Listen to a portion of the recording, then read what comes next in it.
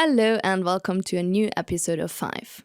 Today I invited Molly Johnson-Jones, who is the co-founder of Flexa.careers, a startup based in London. For us, entrepreneurship is not necessarily about starting or running a business. It's a state of mind, a principle of life, and an approach to dealing with problems. This is fIVE, your university podcast on female entrepreneurship by the Munich University of Applied Sciences and the Strascheg Center for Entrepreneurship. We strongly believe in diversity. It's just so much more fun and exciting. Diversity in food, in cultures, in places, ways of living, learning, creating, and doing things. It's this desire to explore that we all have in us, to see new things, and yes, to be curious to look what's behind the next corner.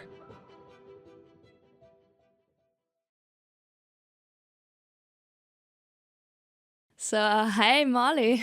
Hi. So good to have you here in our podcast fIVE, and I'm very glad that we can talk today.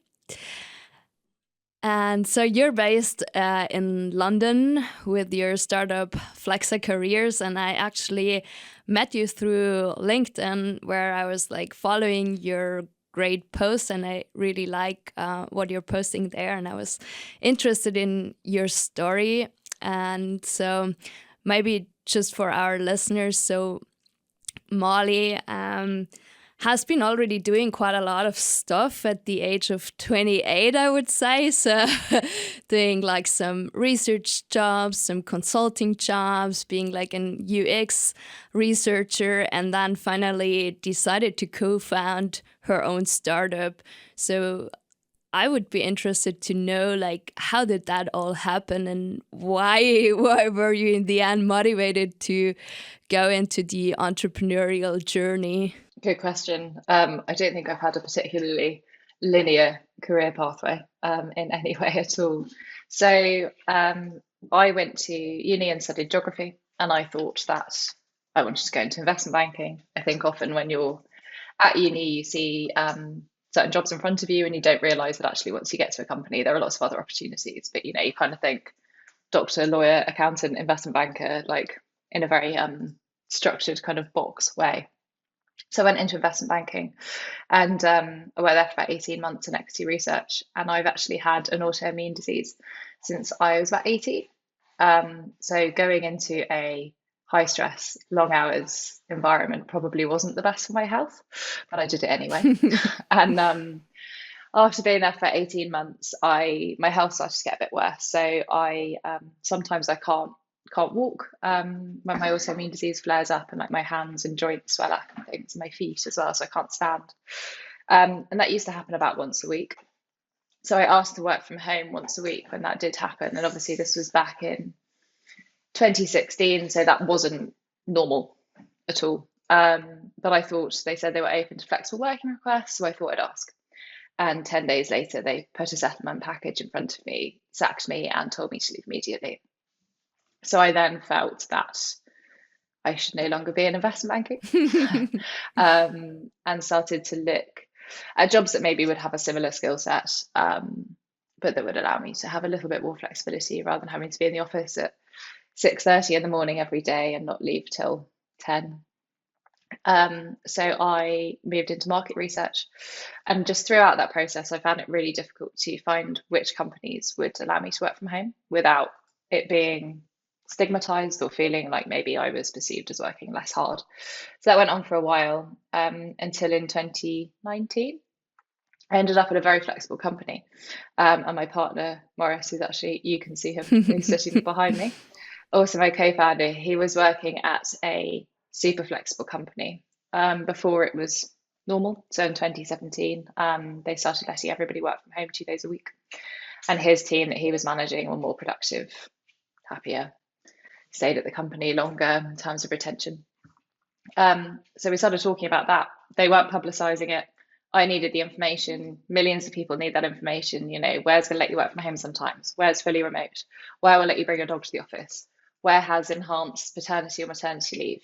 Where has work from anywhere schemes? All of those things. And we decided to create a platform that gets companies discovered for the things that people really want and care about, which is where Flexa came from. Yes, so great. So you kind of like went from like an own problem sort of and created like a solution for the problem that you were facing through your startup idea, I would say. So Flexa.careers started in 2019, if I'm informed correctly.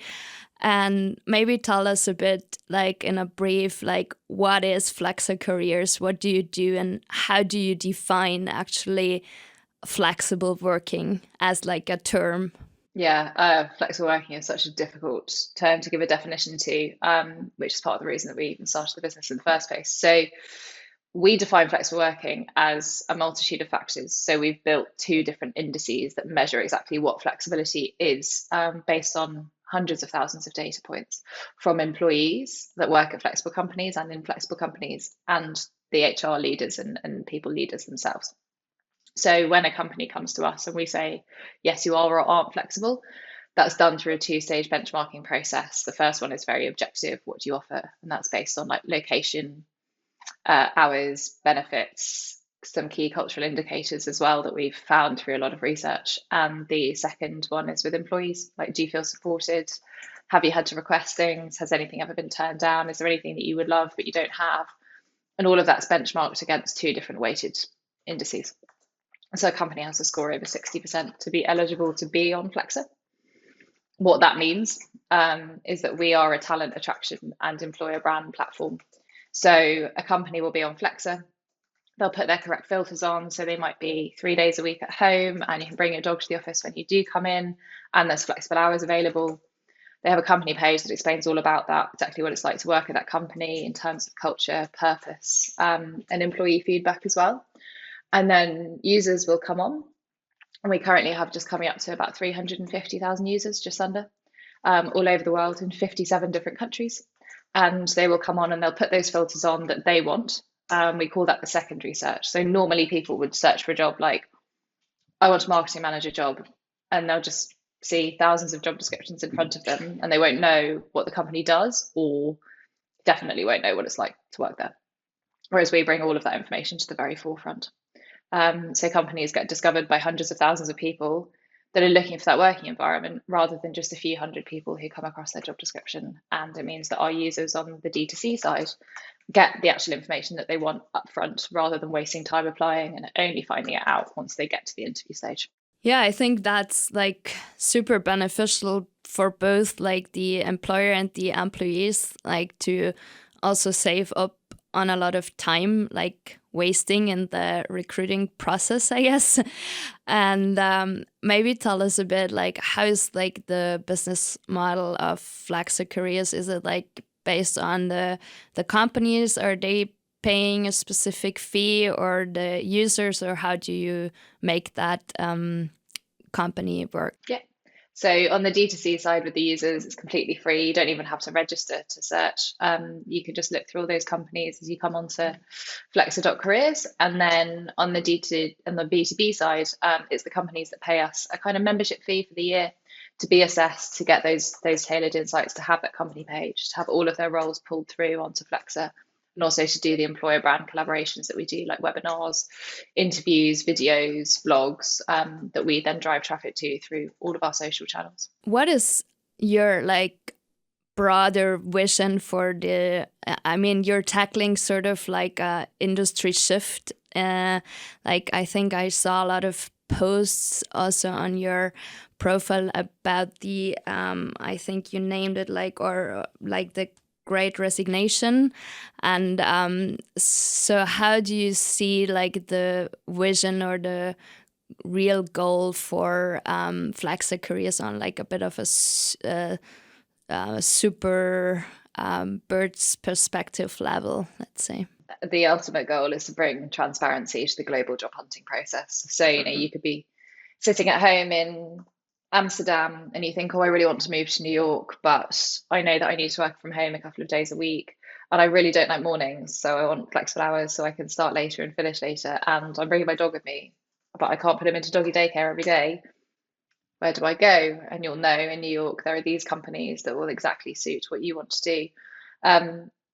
and to remove the opacity that exists. Like, it shouldn't be so difficult to find out about a company. You shouldn't have to apply to 100 different places only to get through to interview with 10 of them, and then have to ask all of these questions once you've spent days looking for that right company. And on the flip side, companies that have great working environments and they've invested that time, money, energy, care into creating them, they shouldn't be lost in the noise of the hundreds of thousands of companies that exist and don't offer great working environments. So bringing transparency on a global level will benefit the companies that should be rewarded for having great environments, and the users that are genuinely searching for it, which is now 81% of people. So it's massive. Yeah. So maybe tell us a bit about this term that I just introduced, like the Great Resignation. Like, what is the trends that you can see on the employee market right now, and what does it actually mean also for companies, and maybe add some, if you have like some recommendations, even like for companies that they should address sooner than later. I already need to start addressing it. So the Great Resignation is really interesting. It's a term that was coined by an associate professor at Texas A&M University called Anthony Klotz, who was actually on a webinar with us a few months ago. He's a really interesting guy. And he basically started to see a trend in American employment data, which suggested that people throughout the pandemic hadn't moved jobs because they were obviously concerned about security, concerned about risk, and felt that it wasn't really the time to be job hunting, and just to stay put was the safest option. But obviously that then meant that there was a backlog of people that weren't very happy. And then compounding with that was a global population getting used to working from home and working flexibly and having more freedom and more choice. And that amalgamated into the Great Resignation, where as soon as lockdown restrictions were eased a bit, kind of summer of last year, people started to feel much more comfortable, and resignations peaked to like literally an all-time high since the data was starting to be collected in the 1980s. Now the US is a good few months ahead of Europe and the UK in that, but the data is trending in the same direction. And just the same as all of the surveys that are done around what people now care about when they're looking for a job. People care about work-life balance, they care about flexibility. And over 60% of people will consider leaving their jobs if they are not offered more freedom and more choice in their working environments. So the Great Resignation is driven by a lot of different forces. Like, some of it is progression and pay and the purpose and the culture of the company they're at. But one of the primary factors is that lack of flexibility. People don't want to go back to the way that they were working pre-pandemic. And of course, not everybody wants to be fully remote either. It's about finding that balance in between of a bit of in-office and in-person time, but also the ability to choose sometimes and not to be told, oh, you have to be here from 9 till 6. So what companies can do to avoid the Great Resignation and potentially even benefit from it, we call it the Great Reshuffle. Obviously, people have to go somewhere, but it's going to be a bit like musical chairs. You know, some people want to work remotely, they'll go to the remote companies. Some people love being in the office, they'll go to the companies that are in office. Some people want to work hybrid, they'll go to those companies, and there's going to be a big reshuffling. So the most important thing that companies can do is publicize exactly what their working environment is like, to allow people to make an educated decision about whether they want to work for you. It will speed up the hiring process. It will allow you to attract the right people. You won't get as much attrition. But obviously also make sure that what you are publicizing is an appealing proposition. So a level of flexibility and location, time, good benefits, fair pay, and a good company culture. You know, it's being sniffed out by people now. There are companies that people don't want to work for. So there'll be a big focus on employer brand over the next sort of 12 months. And I can't emphasize the importance of being transparent about what it's like to work at your company more. Obviously, hence why we started Flexa, because you can actually do that. Yeah, very, very good insights. And I think everyone who is sort of in this kind of business environment, which is like still targeting like specific kind of jobs. I mean, there's like a lot of jobs that don't allow that flexibility that much. Like if you look into more like craft jobs or like that are, or working in a shop environment and so on. So I guess we talk a lot about like digital jobs, sort of,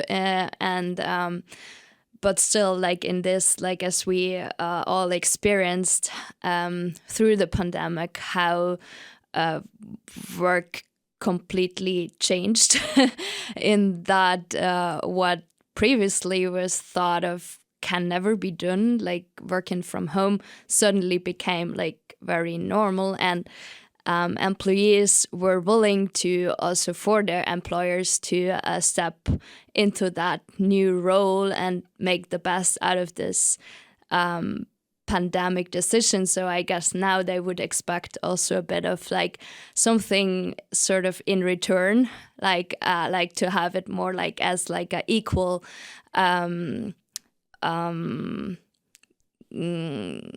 do you relationship, sort of, in that sense, that it's a lot of about communication, and also being asked like how did you feel during that time, what would you need, how do you see to develop and progress in the future with our company. And that might be like something the answer might be very individual. At least that's also something I can see in our own company, that, as you said, like some tend to be more like on-site and really love that and going together for lunch with the colleagues. Others are more like in the hybrid mode. It depends a lot on the personal situation. And that wasn't very considered before. Like everyone was like standardized and be like, you have to be there no matter if you're like commuting for hours, or if you have a immune disease like you have, or if you have children or other obligations and so on. So I guess it's a very beside many negative trends that came with the pandemic, that could be considered definitely a plus, that this shift was made so fast, I guess, which would have taken otherwise like another 10 years, most likely. Yeah, I think, this has been such a catalyst for it. And you're right, there's been an appreciation of the fact that people aren't just resources, like they have got lives. And I think we've almost moved past the notion of work-life balance and trying to often unrealistically balance the two towards the idea of work-life blend, where they're inextricably linked, in your own personal situation, in your own personal lives, will of course impact how and when and where you do your work.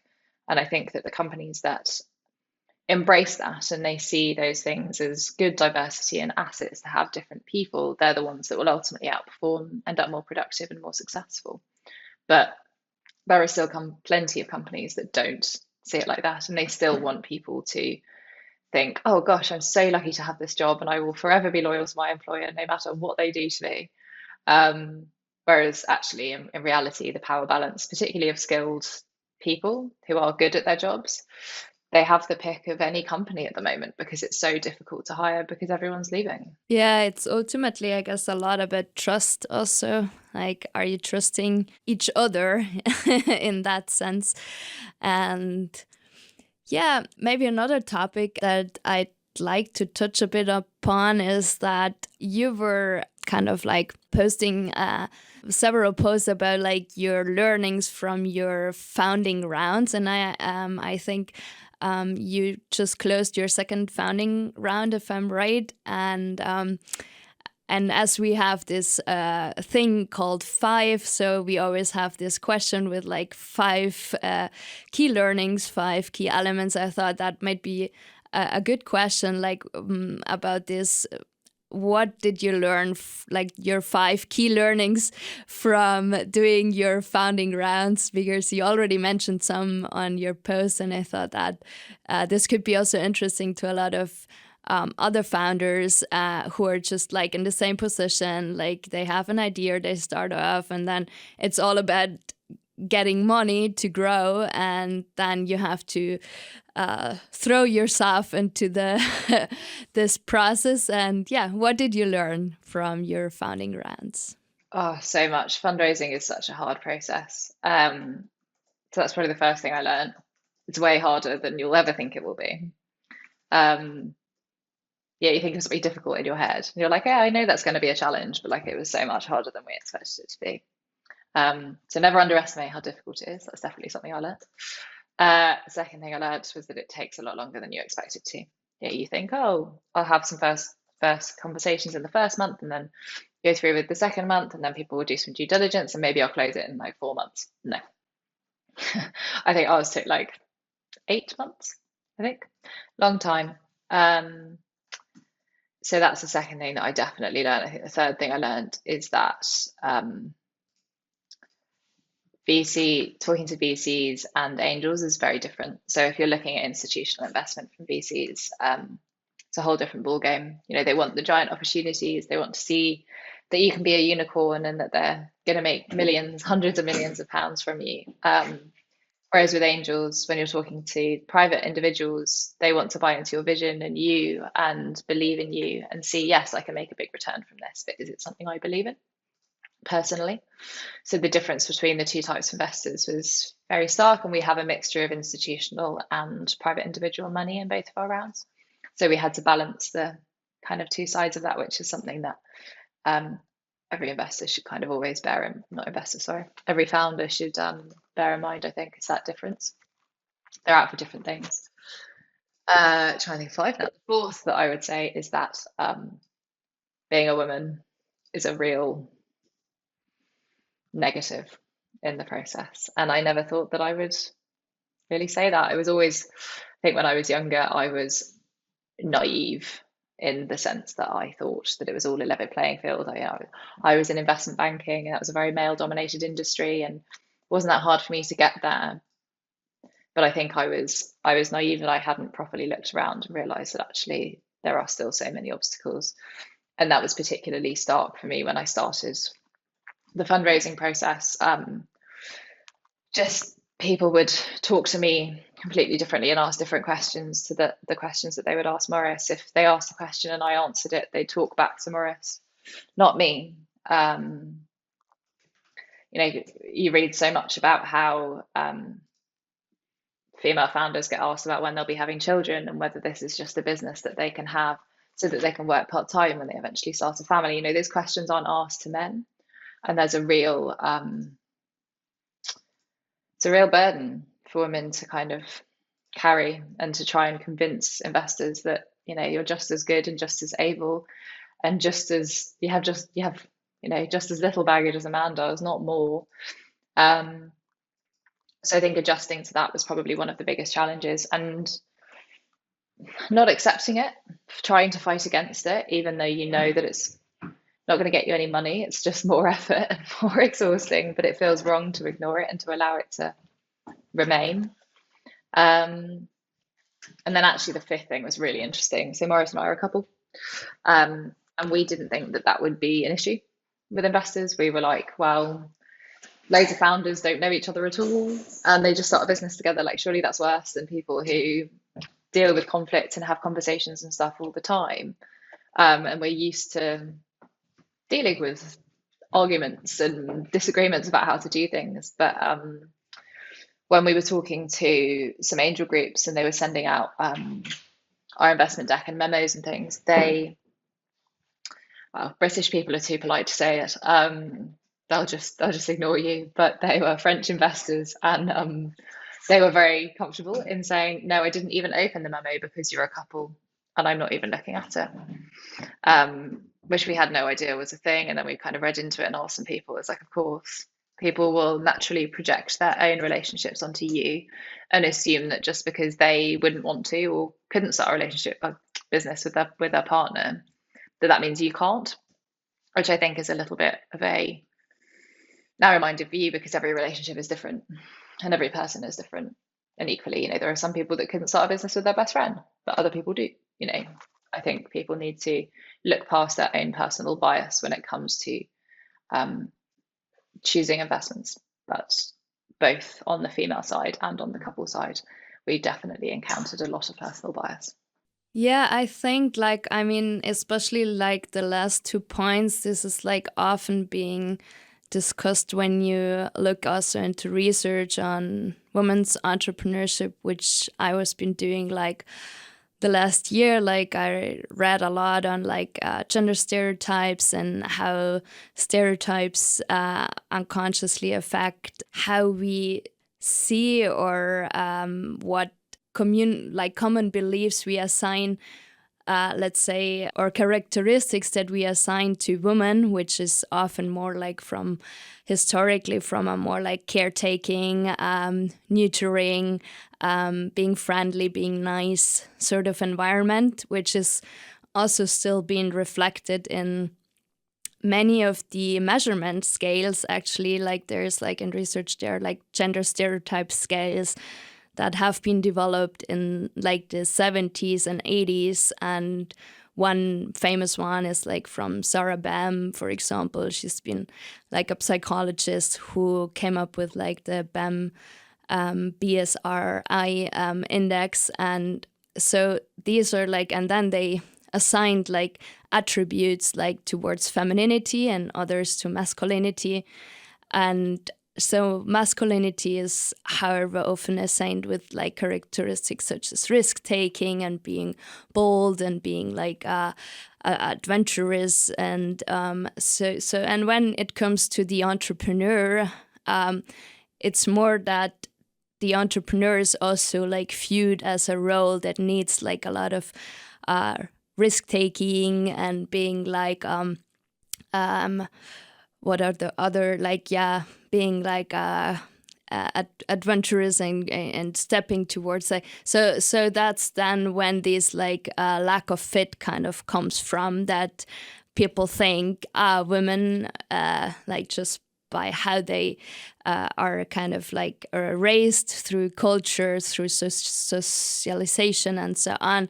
So this is how this lack of fit kind of comes up. And from what I have talked with others is that I guess especially the investor scene or like is kind of still very not so diverse in that sense, that so there is still a lot of like maybe traditional and conventional thinking that and that so from my perspective is that only if this investor scene and the money kind of is more equally distributed and more people with different mindsets might enter this and that's actually what's slowly happening, like with first female investor funds and so on and so forth, then it's also going to be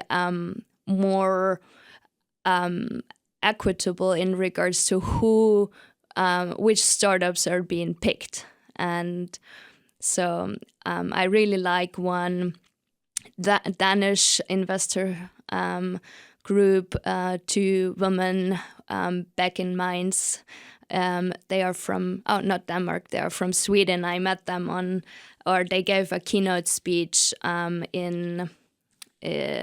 the Global Entrepreneurship Consortium in Stockholm. And they actually said, we are going for the untapped potential because all other investors have a similar way of thinking. So they just go for a similar type of businesses, and they are actually doing the opposite, and they're very, very successful in what they're doing. So, yeah. I think that's a great way to look at it. I think it's really interesting what you said about the stereotypes and what people expect you to be. But I feel like women can't win. So men expect, or often male investors expect, as you said, startup founders, they need to be risk-taking, they need to be adventurous, they need to be confident, they need to be outspoken, which are often associated with male traits, as you said. But it's really interesting. There was a study that was done where a computer, so AI, listened to over 1,000 pitches, mixture of all male or female, mixed founders, to various different genders. And what it found was that the presence of a woman on the pitching team was neutral at best. When it was neutral, that was because the woman fitted, interestingly, the stereotype that they expected of a woman. So she was warm, friendly, polite, subservient, quiet. And although it should be the other way around, the investors actually penalized the women that would be more likely to fit the male stereotype because they felt that it wasn't very feminine. So the women then that do fit supposedly the correct stereotype for being a founder were actually the ones that were penalized because they weren't perceived as, is a confident man as a bossy woman, a self-assured man as an arrogant woman. There's this flip side of when a woman displays male traits, she's seen in a negative light and given a much harder time than a man would be with those similar things. And that happened in this study. And obviously the computer analysed that and saw that the negative impact was based on the words and the traits that women showed when they were more masculine. So we can't win. We're too feminine to run a business, but when we're not, we're penalised anyway. Yeah, I think especially this is probably also true for all stereotypes, that they are really unhealthy for everyone, Yeah. No matter of gender or culture or background, because no one ever really fits in completely, I guess. And we should just be, if everyone would be a bit more open and just, look at who is in front of me and what do they transmit, and is it something do we connect and through different levels, and no matter if it's a couple or if it's which background or which team composition, I think that if you're too biased or too expecting too many things negatively about something, you close many opportunities also for investors, I think. And I'm also excited to see whether AI or data can help to make this process a bit to kind of show these unconscious biases and make them more transparent in that way that we can really see, oh, you think you took the right decision, but no, you didn't, and that, I think technology can be something of use, and especially these big data and AI stuff. Yeah. Absolutely, because so often I think the benefit of data is so often these conversations, especially when it's a woman or a minority who obviously they don't have the majority experience. Although I do find it ridiculous that women are put in with minorities, given that we are actually 51% of the world, so technically the majority. But in these spaces, we are the minority. I find it very interesting that we have to have data to back up our opinions, because we're always told, oh, that's subjective. You're just being emotional. That's just an emotional response to that. And so I think more than anything, having data and AI on our side to show, no, there is an inherent bias and the data is undeniable, and that's not subjective, that is objective, will be really, really important to our progress and our ability to prove our points, rather than being accused of being emotional or being too invested or being bitter because we had a harder time than someone else. Maybe it's because your business is less good. Instead, it will actually show the obstacles that we do face. Yeah, it's easy to just put the burden on the individual and be there is none, or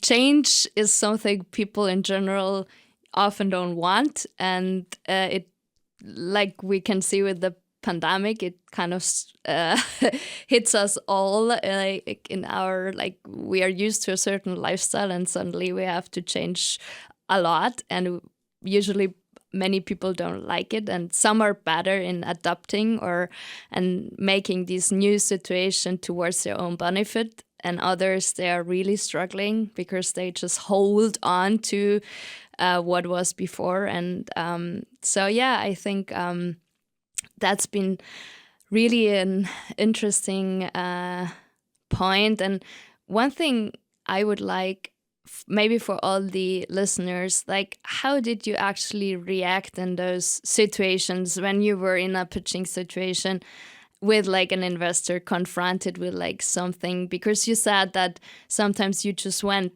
rather for not closing the deal than just you stood up for yourself as a founder and your competence and all the work and energy you put towards it, and you wanted to be also valued for that, in that someone gives you money, and not just be like, okay, I take on the kind of like good looking but rather not so competent role in just to get the money from this group of people. So what were your strategies? How did you do that? It would have been easier sometimes, to stay quiet and maybe more likely to get the investment. And like, we definitely had conversations between us as founders. There were three of us, so Morris and I, and then Tim, our CTO and technical co-founder. We had conversations where we wondered if it was the right thing to do to switch me out because I was leading fundraising, and to put Morris in. We almost did a couple of times, and then we decided, actually, why are we doing that? Because ultimately, if somebody doesn't want to invest in the whole team, why do we want their money? It kind of didn't sit right. And the fact that, yes, it probably would have made things easier, but ultimately, I'm the CEO of the company, and that's what our current investors wanted, because they are very invested in the idea of having a female CEO and co-founder. They wanted me to keep that position. So we decided not to change what we were doing, but we did come close, and I can understand why people would switch it up, because it does improve your chances. There were times where it's hard. You don't like directly stand up for yourself, do you? Like, you're not going to shout at someone. But when we had a couple of conversations, like a couple of them definitely got a bit heated, where like I would answer a question and then they talk back to Morris, and Morris would be like, Molly was the one that had the answer there. Can you talk to her, please? And you can tell that people, it wasn't so much our reactions to things. Like, we've always tried to be very calm about it, because I think often getting angry or emotional in some respects can really harm you, because then you're seen as the overly emotional woman who's just reacting. So being calm is always better. But then they get very defensive about it, because they can tell that they've been picked up on it. So when those kind of conversations were had, we were like, please talk back to Molly. Like, she's the one who answered the question. They'd be like, yeah, well, wait, I was doing that, you know, there was one where we had to end the call because they got very aggressive, really, for lack of a better word, that we'd asked them to stop talking only to Morris and to talk to me, because I was leading the call. So dealing with other people's reactions is actually the hardest bit of it, rather than moderating your own, because ultimately, you know that it's easy, because if someone's a bit of an asshole, then you're just not going to take their money. So it's an easy conversation for us to have and to moderate our own responses to, but you never know how someone else is going to react. But we've always just kind of stood our ground and been calm about it, and said, called someone out when it's wrong. Yeah, I think it's really great in that sense that you're a team. So, and that, you know, like your team was backing you also in that situation, and be like addressing that, you know, like you can just talk to her. Like, it's like she just gave you the answer, or like in that sense also to reflect oneself. And I think so starting as a team is like something very nice when it comes also to these situations, and then being able to talk that out and sometimes be like, hey, is it just me who found that weird, or do you think the same? Yeah. Or like, so yeah, I think that's really good. And yeah, I think that from my side, I think it was a lovely talk, and I really appreciated your openness and sharing all your insights with us. And I hope that our students or our listeners can take some inspiration from that, and also like maybe to end, like what motivates you like every day to be a founder, and to also go through the often hard times, like founding processes and all that. What is like for you the key motivation? The complete fear of failure. You do not want to let anything drop. You want this to succeed with everything you have, because it's your business, because you're solving a problem. I fundamentally believe that what we have can be enormous. But what keeps you going is such a human trait, isn't it? Like, what keeps you going isn't the positive stuff, it's the fear. It's the fear of it not working. It's the fear of making a mistake. And so no matter what, you just keep going, even when it's hard, because you can't stop. Yeah, and I guess you ultimately believe a lot in what you created, because that's, at least from what I saw in your CV before, you changed jobs and like you could invest here 10 months, there 10 months, and so on. But then if you have this like kind of like baby as your idea and you put a lot of energy into it, you also want to keep it growing, and you believe in this transformational power that startups have in that sense, to make like a societal impact also and benefit the other employees. And I think that's great what you're doing, and I really like the idea, and thank you for being here with us today and talking to you. Thank you, Molly. Thank you. It's been a pleasure to chat to you. Thank you so much. Thanks. Bye. Bye. This was fIVE, your university podcast on female entrepreneurship.